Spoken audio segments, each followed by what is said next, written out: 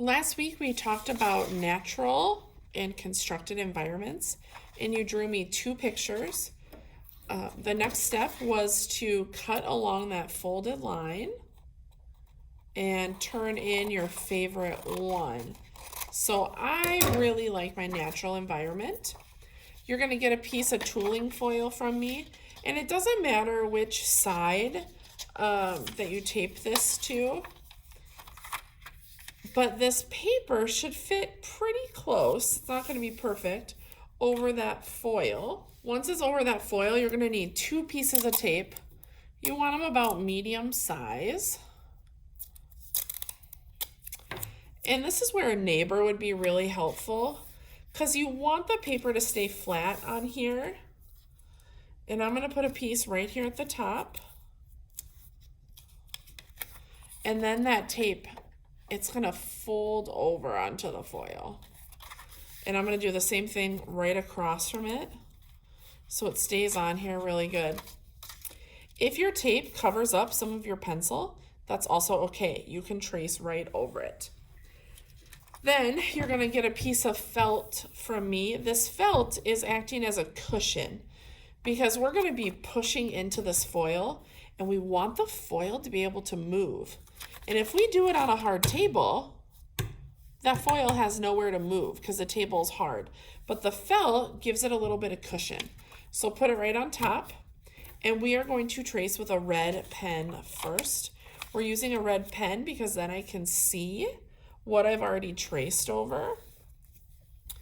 And as I'm tracing, I'm pressing because I want to use my muscles. You can see that line is showing up back here.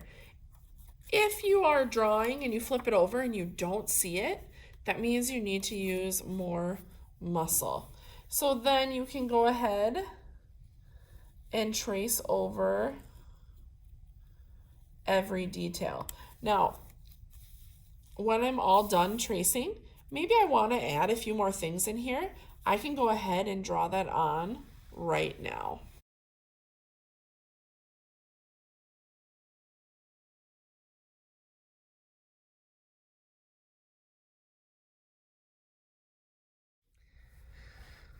You can see that I added some extra details that weren't in my pencil drawing, like some extra rocks, and I made it nighttime.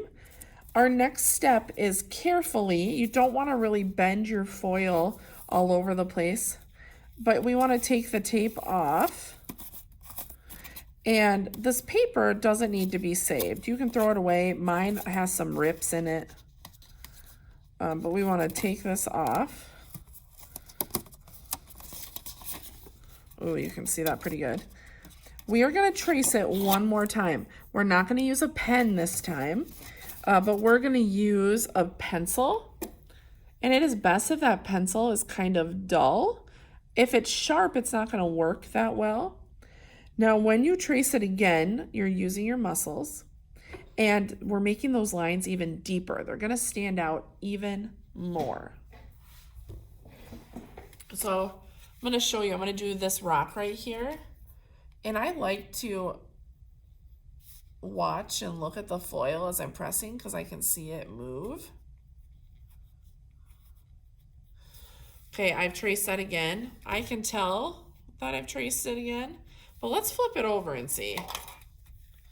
That one is standing out even more. I love it. It feels a lot nicer than the other ones too. So trace it one more time.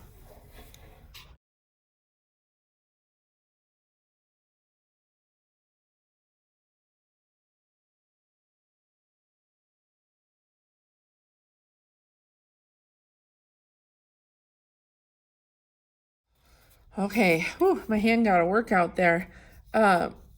Since our name isn't on either side yet, for your next step, if you see this side, the lines are pushed in, and if I flip it over, the lines are pushed out.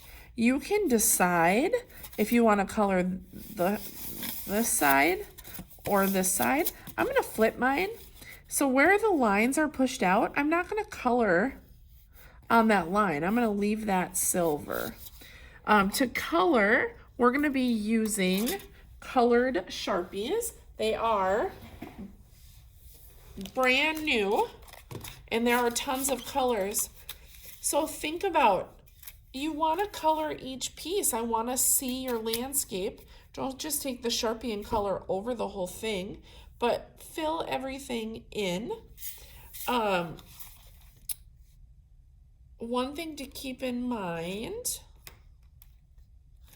if you do a light color first, like this green, I'm going to do this in my trees. You can always take a dark color and kind of add some texture over it. Color gently, like I said, these are brand new. Now, just because rocks are brown, that doesn't mean my rocks need to be brown. I could make maybe my rocks are all like a darkish red or an orange. I can kind of change that. I'm the artist. I get to decide. But it's really important that you take your time. You will not finish coloring today.